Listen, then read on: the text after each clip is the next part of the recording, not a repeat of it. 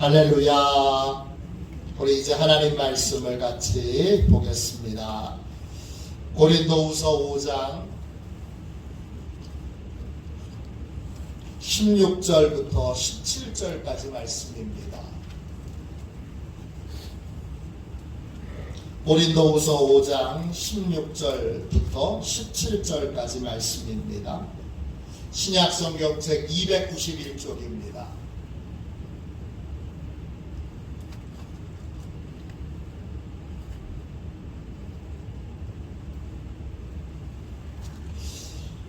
신약성경 책 291쪽 고린도후서 5장 16절 17절입니다. 같이 함께 우리 한 목소리로 읽겠습니다. 귀한 말씀을 같이 읽겠습니다. 그러므로 우리가 이제부터는 어떤 사람도 육신을 따라 알지 아니하노라.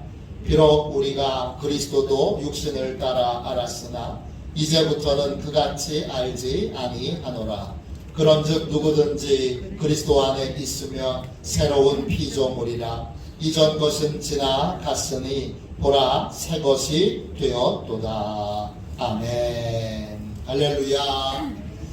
왜 예수 믿으면 복을 받는가? 왜 예수 믿으면 복을 받는가? 이런 제목으로 같이 은혜를 나누겠습니다. 예수 믿으면 복을 받습니까? 복을 받는다면 왜 복을 받습니까? 왜 복을 받냐고 물어보면 이렇게 대답합니다. 하나님이 복 주시기 때문이지요. 맞습니다. 그런데 하나님이 주시는 복은 무형의 복입니다. 손에 잡히는 복이 아닙니다. 눈으로 볼 수 있는 복이 아닙니다. 내가 소유할 수 있는 복이 아닙니다. 그런데 이 무형의 복을 믿음으로 붙잡고 그 믿음으로 살게 되면 무형의 복이 유형의 복으로 바뀝니다. 형태가 있는 복, 손에 잡히는 복, 눈에 볼 수 있는 복, 내가 붙잡을 수 있는 복, 그러한 복으로 바뀌게 됩니다. 그렇게 무형의 복이 유형의 복으로 바뀌려면 내가 예수님을 바로 믿어야 합니다. 예수님을 믿는다는 건 예수님을 나의 주님, 나의 하나님으로 모시고 사는 것을 의미합니다. 내 뜻이 아니라 주님의 뜻대로 사는 것입니다. 내가 주인 된 삶이 아니라 내가 주인 돼서 내 맘대로 사는 삶이 아니라 예수님께서 주인 되셔서 예수님의 뜻대로 사는 삶을 살아야 합니다. 그러면 복을 받습니다. 정확하게 말하면 그렇게 살면 무형의 복이 손에 안 잡히던 복이 손에 잡히는 복으로 바뀌어지게 됩니다. 왜 예수 믿으면 복을 받습니까? 왜 예수님을 내 삶의 주인으로 모시면 복을 받게 됩니까? 네 가지의 이유로 정리해서 함께 은혜를 나누겠습니다. 왜 예수 믿으면 복을 받습니까? 첫 번째, 이전과 다른 삶을 살게 되기 때문입니다. 예수 믿지 않는 사람은 내가 주인입니다. 그래서 내가 주인 된 사람은 다른 건 변화시키려고 애를 쓰는데 자기는 변화되려고 애쓰지 않습니다. 이런 사람들은 아내가 달라져야 된다고 말합니다. 남편이 달라져야지요. 자식이 달라져야죠. 부모가 달라져야죠. 환경이 달라져야죠. 끊임없이 다른 사람이 달라져야 된다고 생각합니다. 환경과 상황이 달라져야 된다고 생각합니다. 그러나 예수님을 믿으면 예수님이 내 인생의 주인이 되시기 때문에 그때부터는 주인 되신 예수님께 맞춰야 하기에 내가 달라져야 한다고 생각하게 됩니다. 아내가 달라지기 전에 나부터 달라져야 합니다. 자식이 달라지기 전에 부모인 나부터 달라져야 합니다. 부모님이 달라지기 전에 자식인 나부터 달라져야 합니다. 환경과 상황이 아닌 나부터 달라져야 환경이 달라지고 상황이 달라져도 그 변화된 환경과 상황을 넉넉하게 감당할 수 있는 삶을 살 수 있습니다. 그렇기 때문에 예수 믿으면 첫 번째 변화의 대상으로 나를 꼽습니다. 나부터 달라져야 합니다. 나부터 잘해야 됩니다. 이럴 때에는 과거의 굴레에서 벗어나 새로운 삶을 살기 위해 노력을 하게 됩니다. 예수 믿으면 나를 변화시키고 나를 성장시키기 위해 노력하게 됩니다. 왜 그렇습니까? 예수님을 믿는다는 건 회개를 전제로 하기 때문입니다. 회개란 내 삶의 뿌리를 옮기는 것입니다. 시편 1편 3편입니다. 그는 시냇가에 심은 나무가 철을 따라 열매를 맺으며 그 잎사귀가 마르지 아니함 같으니 그가 하는 모든 일이 다 형통하리로다. 시냇가에 심은 나무는 철을 따라 열매를 맺습니다. 잎사귀도 가뭄에 마르지 않습니다. 하는 일이 다 형통합니다. 이런 형통한 삶을 살기 위해서는 한 가지 조건이 충족되어야 합니다. 내가 시냇가에 심겨져야 합니다. 이때 시냇가는 자연적으로 흐르는 하천이 아닙니다. 이때 시냇가는 히브리어로 팔레그입니다. 자연적으로 만들어진 시냇가가 아니라 특별한 목적을 위해서 만들어진 수로, 문화, 도랑을 뜻하는 말입니다. 즉 하나님께서 우리를 구원하시기 위해 만들어 놓으신, 특별하게 예배적으로 만들어 놓으신 은혜의 통로가 바로 시냇가입니다. 결론적으로 말하자면 그 은혜의 통로는 예수 그리스도를 의미합니다. 형통한 삶을 살려면 예수 그리스도에게 다시 심겨져야 합니다. 시냇가에 심었다 할 때 그 심었다는 말은 히브리어로 사탈입니다. 그냥 원래부터 심겨져 있던 것이 아니라 원래 심겨져 있던 곳에서 뿌리채 뽑혀서 다시 예수님에게 심겨진 것입니다. 형통한 삶을 살려면, 가뭄에도 마르지 않으려면 반드시 나는 옮겨 심겨져야 합니다. 내가 주인 돼서 내 멋대로, 내 생각대로, 내 방식대로, 내 판단대로 살던 삶에서 뿌리채 뽑혀서 예수 그리스도께 다시 옮겨 심겨져야 합니다. 내가 주인 되어 내 마음대로 살던 삶을 온전히 끝맺어야 하고, 그리고 예수님이 주인 되신 새로운 삶을 살도록 배우고 익히는 삶을 살아야 합니다. 이런 변화가 있는 것이 예수 믿는 겁니다. 교회 다녀도 이런 변화가 없으면 그러면 그건 온전히 예수 믿는 것이 아니고 종교 생활을 하고 계시는 겁니다. 예수를 믿을 때 우리는 두 가지 변화가 있어야 합니다. 내가 주인 된 삶의 습관을 완전히 끊어야 합니다. 그리고 예수님이 주인 되신 삶을 새롭게 배우고 익혀야 합니다. 이런 삶을 사도 바울은 새로운 피조물로 사는 삶이라고 불렀습니다. 오늘 읽은 말씀 고린도전서 5장 16절 17절입니다. 그러므로 우리가 이제부터는 어떤 사람도 육신을 따라 알지 아니하노라. 비록 우리가 그리스도도 육신을 따라 알았으나 이제부터는 그같이 알지 아니하노라. 그런즉 누구든지 그리스도 안에 있으면 새로운 피조물이라. 이전 것은 지나갔으니 보라 새 것이 되었도다. 예수 믿는 건 새로운 피조물로 사는 겁니다. 새로운 피조물로 살려면 육신을 따라 살지 말아야 합니다. 육신을 따라 산다는 건 내가 주인 되어 내 맘대로, 내 생각대로, 내 계획대로, 내 방법대로 살아가는 것입니다. 이런 삶과 완전히 결별해야 합니다. 동시에 그리스도 안에서 사는 새로운 피조물의 삶을 배우고 익혀야 합니다. 이것이 예수 믿는 것입니다. 모든 복은 내가 달라지는 것으로부터 시작됩니다. 스스로 변화될 의지도, 스스로 변화될 노력도 하지 않는 사람은 복을 받을 수 없습니다. 예수 믿으면 자기를 변화시키려는 의지가 생깁니다.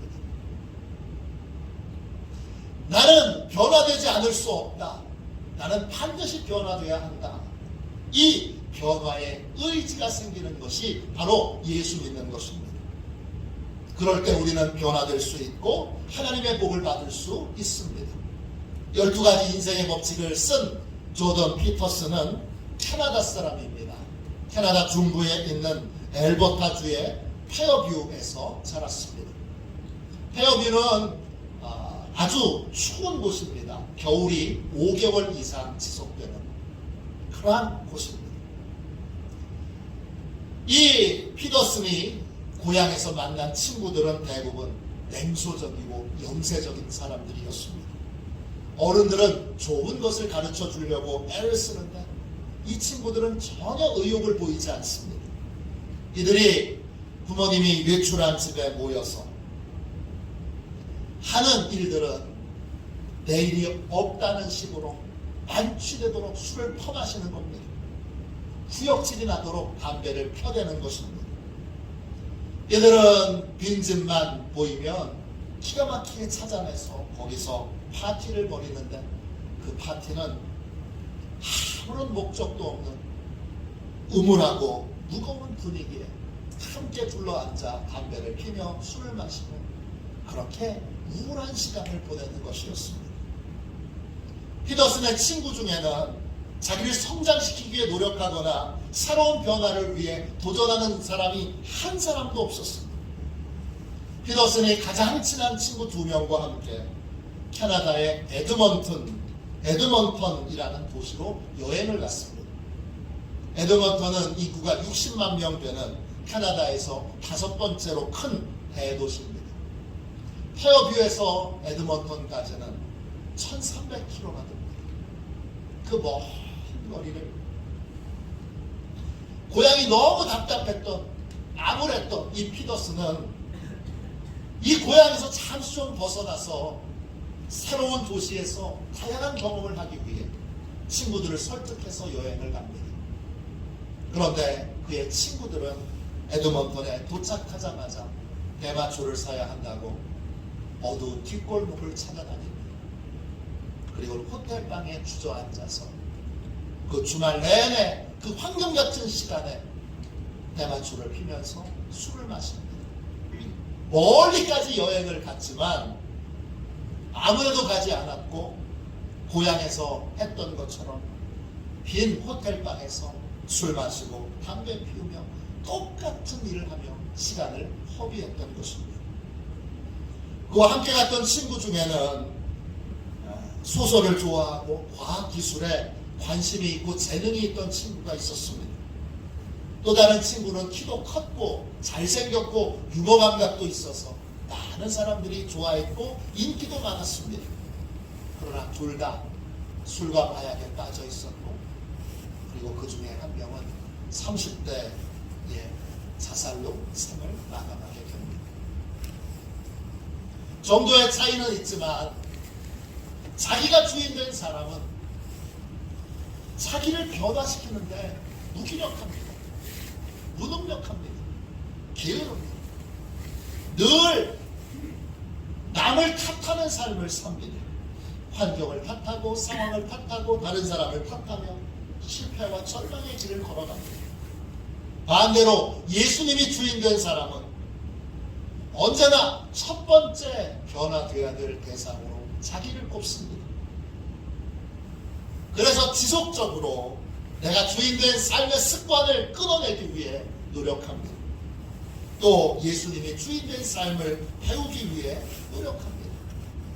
그 결과 시간이 지날수록 세월이 더해질수록 성장하고 성숙한 사람으로 변화됩니다. 이런 변화에는 언제나 형통하고 복된 삶이 이어지게 됩니다. 왜 예수 믿으면 복을 받습니까? 둘째, 주어진 삶의 책임을 피하지 않게 되기 때문입니다.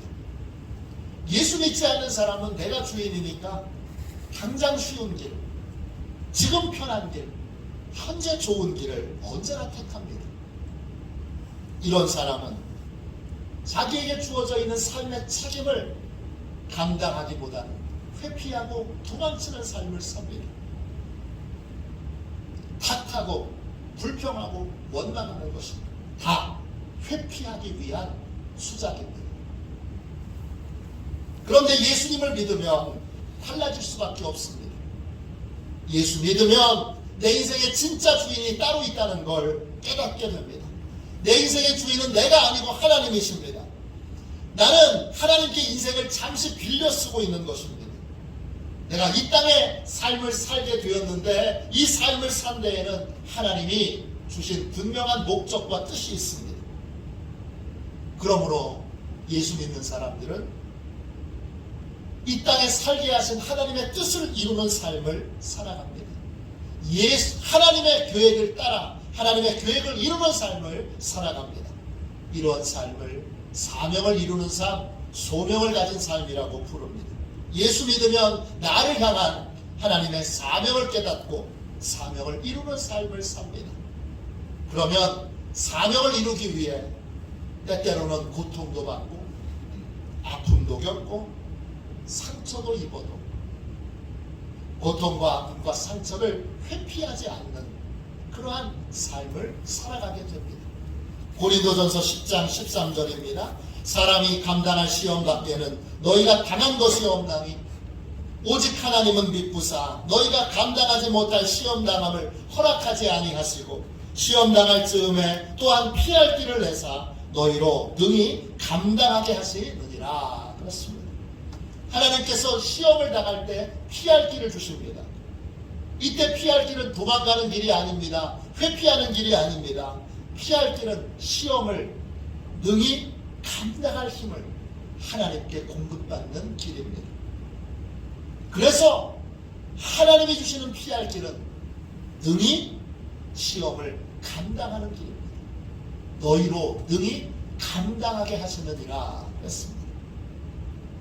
예수 믿는 사람은 사명을 이루기 위해 고통도 상처도 아픔도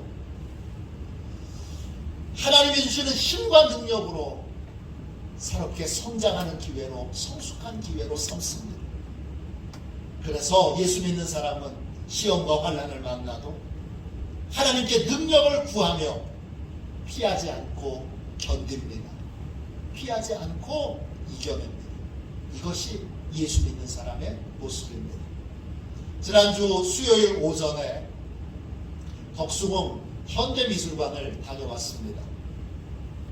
설날 마지막 날인데 50일 기도학교를 하다 보니까 딸이 저녁에 기도회를 참석하고 저희도 새벽 저녁에 참석하고 또 저도 설교 준비도 해야 되니까 시간이 없어서 쉬는 한 주간 동안 마지막 수요일에 미술관이라도 가자. 그리고는 미술관에 다녀왔습니다. 박수근 화백의 전시회가 열리고 있었습니다. 저는 이미 여러 전시회에서 박수근 화백의 그림을 본 적이 있기에 별로 큰 기대 안 하고 미술을 전공하고 있는 딸을 위해서 함께 전시회에 갔는데 예상과 달리 너무나 큰 은혜와 감동을 받았습니다. 박수근과 그의 아내 김복수는 감리교 성도입니다. 한국전쟁 전에 둘이 강원도 금성군, 지금은 김화군이라고 불리는데 북한 쪽에 있습니다. 그 금성군의 금성감리교회를 다녔습니다. 그리고 그곳에서 결혼을 했습니다. 박수근은 어렸을 때 하나님께 기도하며 그림을 그렸던 분입니다. 밀레의 그림을 보고 화가의 꿈을 키웠지만 가정 형편이 너무 어려워서 그림을 배울 수 없었습니다. 그래도 포기하지 않고 하나님께 간절히 기도하며 독학으로 화가의 꿈을 키웠습니다. 그는 이렇게 기도했습니다. 하나님, 이 다음에 커서 밀레와 같이 훌륭한 화가가 되게 해주세요. 하나님이 그 기도에 응답하셔서 박수근은 현재 한국을 대표하는 화가가 되었습니다. 현재 호당 가장 높은 가격에 그림이 팔리는 화가입니다. 호란 그림을 크기를 지칭하는 용어인데 1호가 가장 작은 그림입니다. 2호는 그 다음 작은 그림입니다. 숫자가 커지면 5호, 10호, 150호, 200호 그러면 그림의 크기도 커지는 것입니다. 박수고는 현재 호당 그림 가격이 가장 비싼 화가입니다. 1등이 박수근이고 2등이 김환기라고 하는 화백입니다. 근데 가격 차이가 어마어마하게 납니다. 1등은 호당 2억 4천만 원 정도 합니다. 1호당 2억 4천만 원입니다. 그 1호가 우편 엽서만 합니다. 박수근의 그림은 우편 엽서만 한 그림도 2억 4천만 원 이상에 팔립니다. 2등이 김환기인데 김환기는 그림이 대체로 다 큽니다. 엄청 큽니다.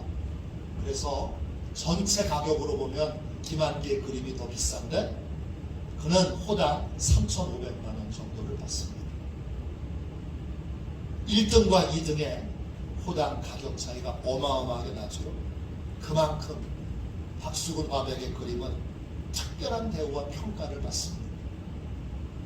박수근의 그림은 독특한 질감을 느끼게 합니다. 어떤 분은 흘 위에 그림을 그린 것 같다 그러기도 하고 어떤 분은 우리나라 한지의 그림을 그린 것 같다고 합니다. 그러나 제가 박수근의 그림을 볼 때에 그 독특한 질감에 가장 잘 어울리는 것은 화강암입니다. 그의 그림은 돌에 새겨져 있는 것 같습니다. 그는 잊혀져서는 안 되는, 쉽게 잊어버려서는 안 되는 것들을 돌에 새기는 마음으로 그림을 그렸습니다. 그가 돌에 새기고 싶었던 것은 다양합니다. 그러나 그 중에 가장 핵심은 한국전쟁 이후에 폐허가 된 땅에서 절망하지 않고 당당하게 혼돈을 이기며 살아가는 이웃들의 모습입니다. 박수근 자신도 한국전쟁 이후에 미군 PX에서 초상화를 그려가면서 가족들을 비양하는 비참한 생활을 했습니다.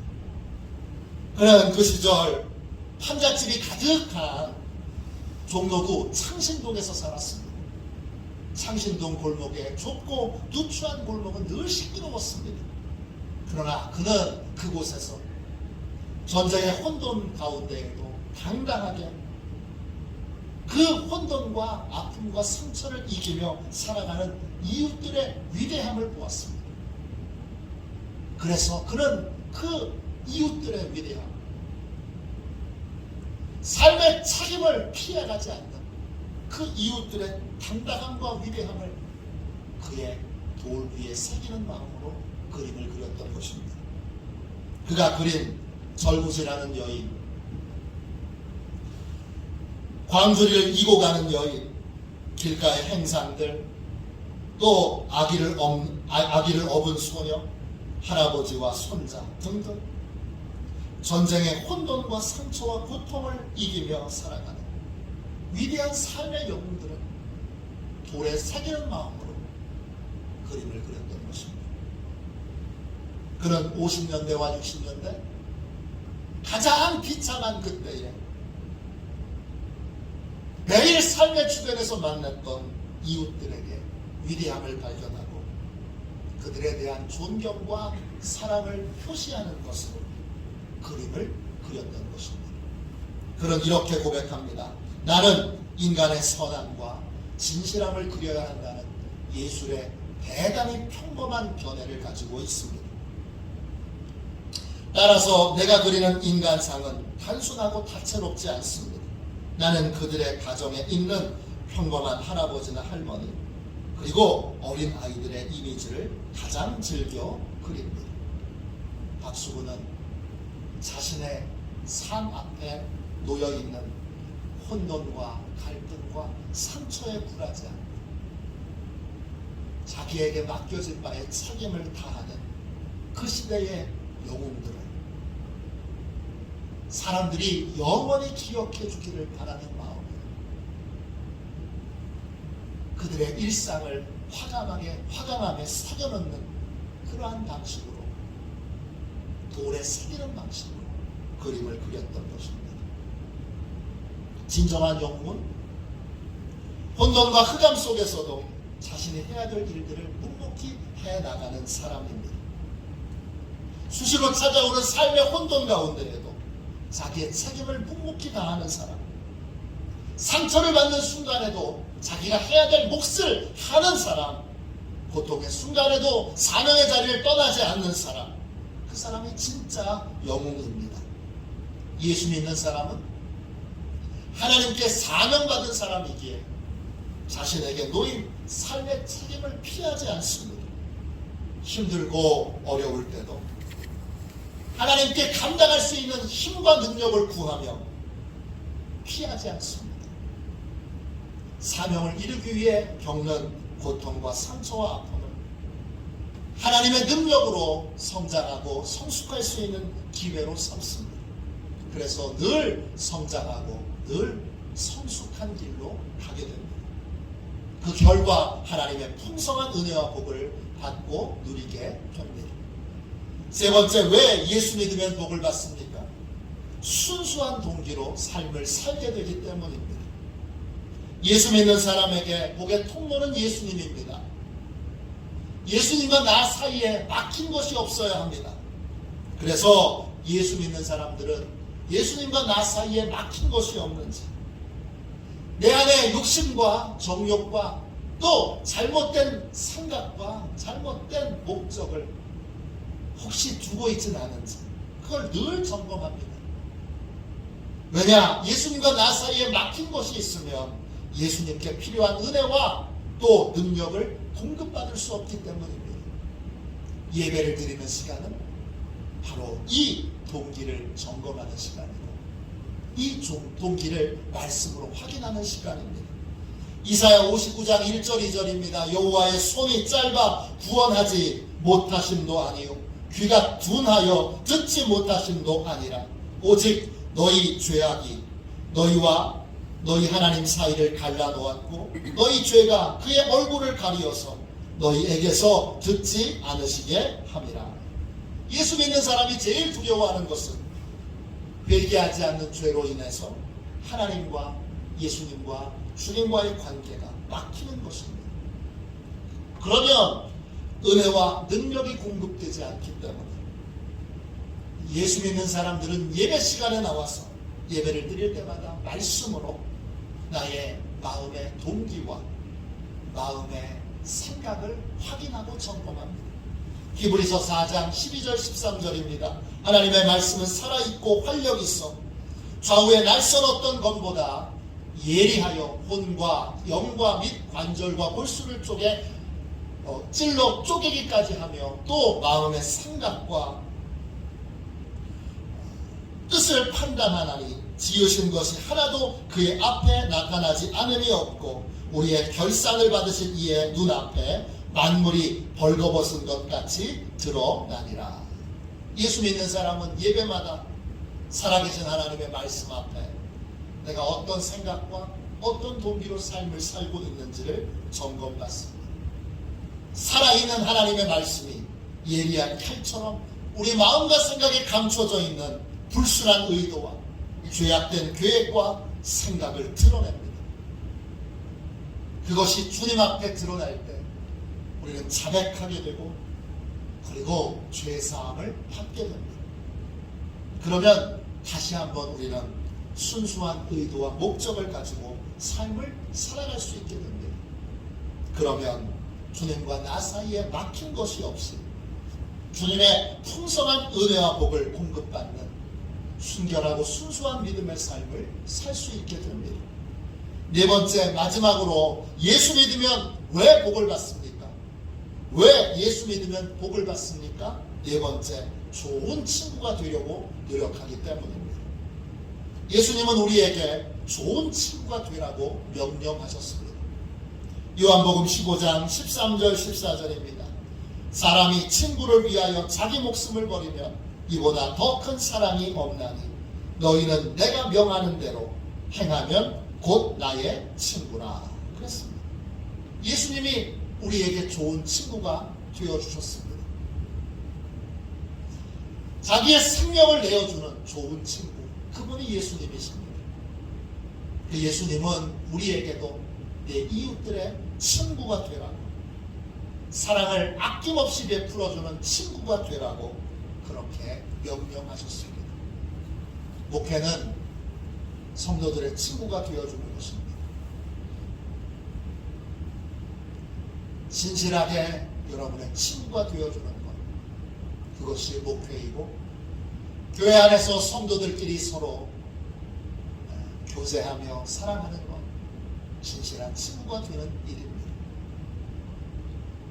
이 진실한 친구가 되면 내가 성도들에게 또 이웃들에게 진실한 친구가 되려고 노력하면 하나님께서는 내게 진실한 친구들을 붙여주십니다. 마태복음 7장 12절입니다. 그러므로 무엇이든지 남에게 대접을 받고자 하는 대로 너희도 남을 대접하라. 이것이 율법이요 선지자니라. 그렇습니다. 무엇이든지 내가 대접을 받고 싶으면 내가 먼저 대접을 해야 합니다. 내게 좋은 친구가, 착한 친구가, 정말 신실한 친구가 많아지기를 원한다면 내가 먼저 좋은 친구가 되어야 합니다. 좋은 친구란 예수님처럼 아낌없이 사랑을 베푸는 사람입니다. 이런 친구를 만나는 건 인생의 최고의 축복입니다. 이런 좋은 친구를 만나려면 내가 먼저 좋은 친구가 되어야 합니다. 순수한 사람으로 조건 없이 도움을 베풀 수 있는 사람이 되어야 합니다. 이것 믿음이 없이는 불가능합니다. 우리는 다 조건과 계산 가운데 삶을 삽니다. 뻔히 보이는 속셈으로 우리는 사람을 대합니다. 그러나 우리의 동기가 순수해집니다. 우리는 좋은 친구가 될 수 있고, 또 하나님이 우리에게 좋은 친구를 붙여주십니다. 우리는 순수한 마음으로 도움을 받으려는 사람과 도와주려는 사람을, 이용하는 사람을 잘 분별하기가 쉽지 않습니다.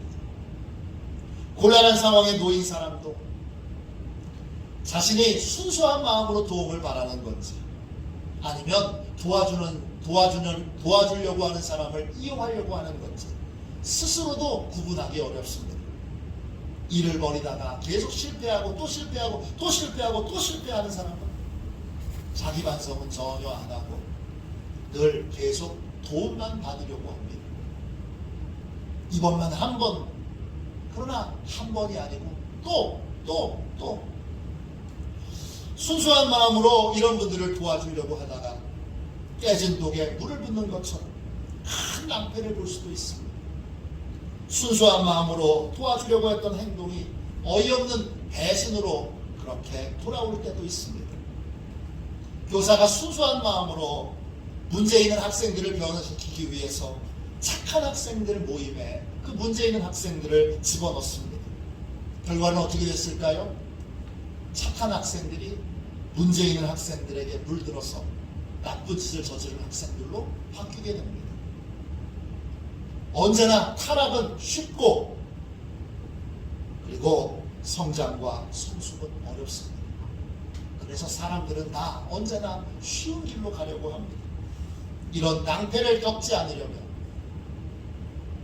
내 생각과 의욕을 앞세우지 말아야 합니다. 내 생각에는, 내 의욕에는, 내 계획에는, 내 판단에는 내 것을 앞세우지 말아야 합니다. 언제나 주님의 인도를 구하고, 그리고 동시에 사랑이란 이름으로 포장된 잘못된 의도와 목적이 내 안에 없는지 늘 하나님의 말씀으로 점검하고 또 분별해야 합니다. 어떤 상황에서도 주님보다 앞서지 말아야 하고, 어떤 순간에도 순수한 마음으로 사랑을 베푸는 친구가 되어야 합니다. 우리 속담에 유유상종이라는 말이 있습니다. 비슷한 사람들끼리 어울리게 된다는 뜻입니다. 비슷한 사람들끼리 어울려 친구가 된다. 이것이 유유상종입니다. 순수한 동기와 목적으로 삶을 살게 되면 하나님이 순수한 동기와 목적을 가진 사람들을 붙여주십니다. 다윗에게 요나단을 붙여주신 것처럼, 엘리사에게 수냄 여인을 붙여주신 것처럼, 바울에게 바나바를 붙여주신 것처럼, 디모데에게 바울을 붙여주신 것처럼, 다니엘에게 세 친구를 붙여주신 것처럼, 모세에게 여호수아를 붙여주신 것처럼, 하나님은 순수한 동기를 가진 사랑의 사람을 우리에게 붙여주신 거예요. 그렇게 되기 위해 먼저 내가 조건 없이 사랑할 수 있는, 조건 없이 은혜를 베풀 수 있는 그러한 좋은 친구로 거듭나야 합니다. 그러면 나를 도와주는 수많은 사람들을 하나님이 붙여주실 것입니다. 왜 예수 믿으면 복을 받습니까? 예수 믿으면 나를 변화시키는 삶을 살게 되기 때문입니다. 예수 믿으면 과거와 실패의 굴레에서 벗어나 새롭게 변화되고 달라지기 위해 노력하게 됩니다. 왜 예수 믿으면 복을 받습니까? 예수 믿으면 사명을 위해 살게 되어 삶의 책임을 피하지 않고 감당하는 삶, 삶의 책임을 견디는 삶을 살게 되기 때문입니다. 왜 예수 믿으면 복을 받습니까? 예배의 자리에서 하나님의 말씀으로 잘못된 의도와 생각을 버리게 되어 늘 풍성한 하나님의 은혜와 복을 받을 수 있게 되기 때문입니다. 왜 예수 믿으면 복을 받습니까? 좋은 친구가 되어 더 많은 좋은 친구들을 하나님이 붙여주심으로 어려움을, 혼란을 함께 견디고 함께 이겨나갈 수 있기 때문입니다. 예수 믿어야 복을 받습니다. 교회 다녀야 복을 받습니다. 교회 공동체에 속해서 함께 예배하고 함께 봉사하고 또 함께 은혜를 나눠야 복을 받습니다. 하나님께서 여러분에게 예비하신 모든 복과 은혜를 받도록 예수님을 주인 삼는, 예수님을 주인으로 모신 믿음의 삶을 살게 되시기를 주님의 이름으로 축원합니다. 축원합니다. 이 시간 우리 함께 찬송가 93장 1절만 찬양하고, 주여 진실한 믿음으로 예수님을 믿어 무형의 복이 유형의 복으로 바뀌는 하나님의 복이 내 삶에 임하는 은혜와 은총을 누리며 살게 해주세요. 그렇게 우리 함께 통성으로 기도하겠습니다. 93장 1절만 찬양하겠습니다.